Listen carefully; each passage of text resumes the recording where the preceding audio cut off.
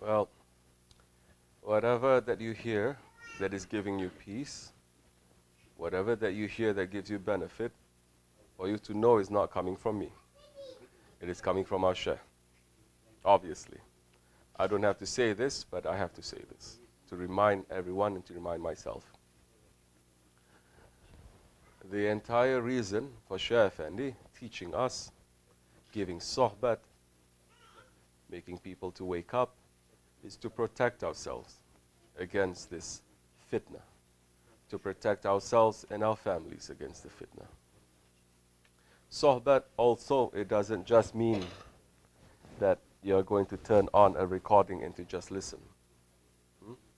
That is one way of sohbat, is listening. Sohbat also means association. To associate. Associate means to be in a jamaat. To come together as a community. The best way to do it is to be here, of course, physically. To be with Shaykh Effendi physically. And to live with him. To pray with him, to eat with him. To worship with him. To do everything together in jamaat. How the Sahabis, they were doing that. We are mimicking that. We are imitating that. How the Ahli Sufa, those poor ones, and they're not running after this world, and they sit and they live and they gather right next to where the Prophet's house is. And right after Prophet ﷺ has finished the majlis, all night long, they stay up, they make zikr, they read the Quran, they remember what Holy Prophet is saying to them, and they wait impatiently for Prophet ﷺ to come for Fajr, to be with him again. Meaning they cannot live without his association. Then there are those that they are not there physically, but because of their strong love and sacrifice and everything that they make to that Holy Prophet ﷺ, they may even be closer than those ones who are there with him physically. So the heart, it is important. Heart connection, it is very important. Once you connect it to the heart now, like what we said before, if the heart is working good, the rest of the body must be good. Man cannot say, oh, I'm connected, but my lifestyle is so far away from what Shaykh Effendi is teaching us. You cannot. Now, once you are in that association, once you're in that consultation, the Shaykh may say, okay, you cannot be with us. Live where you are. It's okay. Connect yourselves to us. It's okay. You cannot live 100% like how we're living. That's all right. But maintain that connection, both spiritually and also try physically. If you can travel, travel. If you cannot travel, then try to at least pick up the phone and to give salams. That time, a lot of blessings will come. Because you're not just pretending, you are making an effort. You're taking one step forward. And you're going to see what you can implement and put into your life. Especially if you don't live here, you live somewhere else and you have responsibilities. We are not saying to everyone to quit everything and to pack your things up and to live in the mountains and to become shepherds. But you know what? Soon that time is going to come too. What are you going to do now? What are you going to do? You live in the city and there's no food coming in and there's no garbage going out. What are you going to do that time? When something happens, and so many things can happen, and so many things are happening, for us to wake up, because Holy Prophet is saying in the Akhir Zaman, yes, live simple life, run away from the populated areas, live up in the mountains, live a simple lifestyle, keep your religion strong, whatever little that you know, and wait for the Sahibul Zaman to come.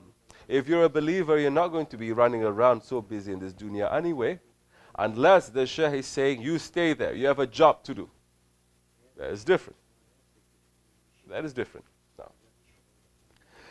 So, but even if you have a job to do, even if your job is to be next to a sultan, even if your job is to be standing next to the millionaires and those ones who have influence and money, you must live a simple life.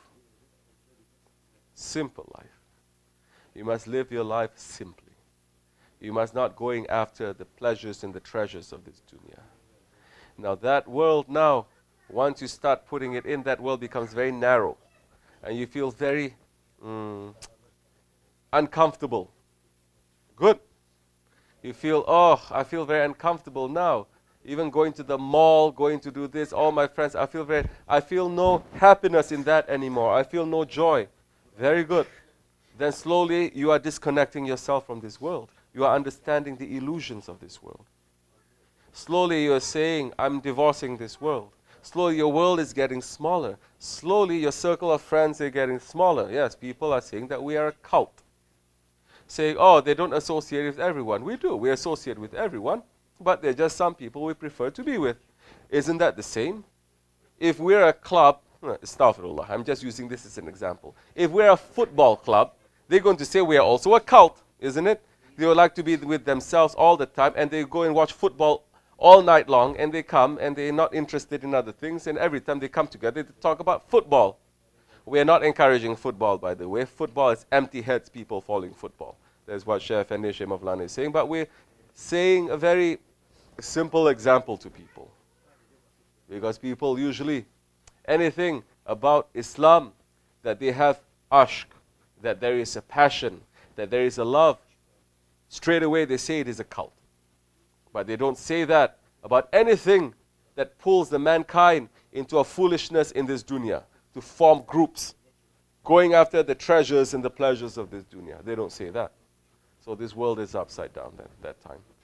So, in order for the fitna and the confusion not to enter into ourselves and our families, stay in association, stay in sohbat.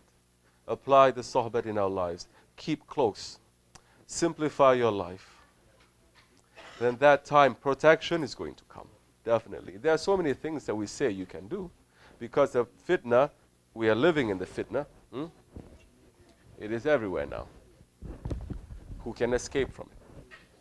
But we need protection. And the protection will come if there's simple things that we are doing that the awliya Allah, they are advising us to do. So inshallah, that time is going to be easy. Our prayers to you, may Shaykh and his himmat and blessings reach to you and to your family, because we don't want anything bad to happen to anyone. We want only the best things to happen to people. But ours is a humble way. Ours is a humble way to become a humble servant to Allah. We are not in this tariqat to talk a big talk about visions and about maqams and about so many things that is not our business. We are here to be humble servants to Allah and to follow those humble servants that we see in front of us, that because of their humbleness, because of their humility, Allah made them sultans. And those are the Ottomans. That because they all say, we are servants, we are slaves to the Sultan. And the Sultan is a slave to Allah. Allah made everyone to be sultans. And they ruled Islam in the whole world. They held the balance of the whole world for over 700 years. They were putting barricades to stop fires and hells from reaching each other. Once the Khilafat was removed, once the Ottomans, they were removed.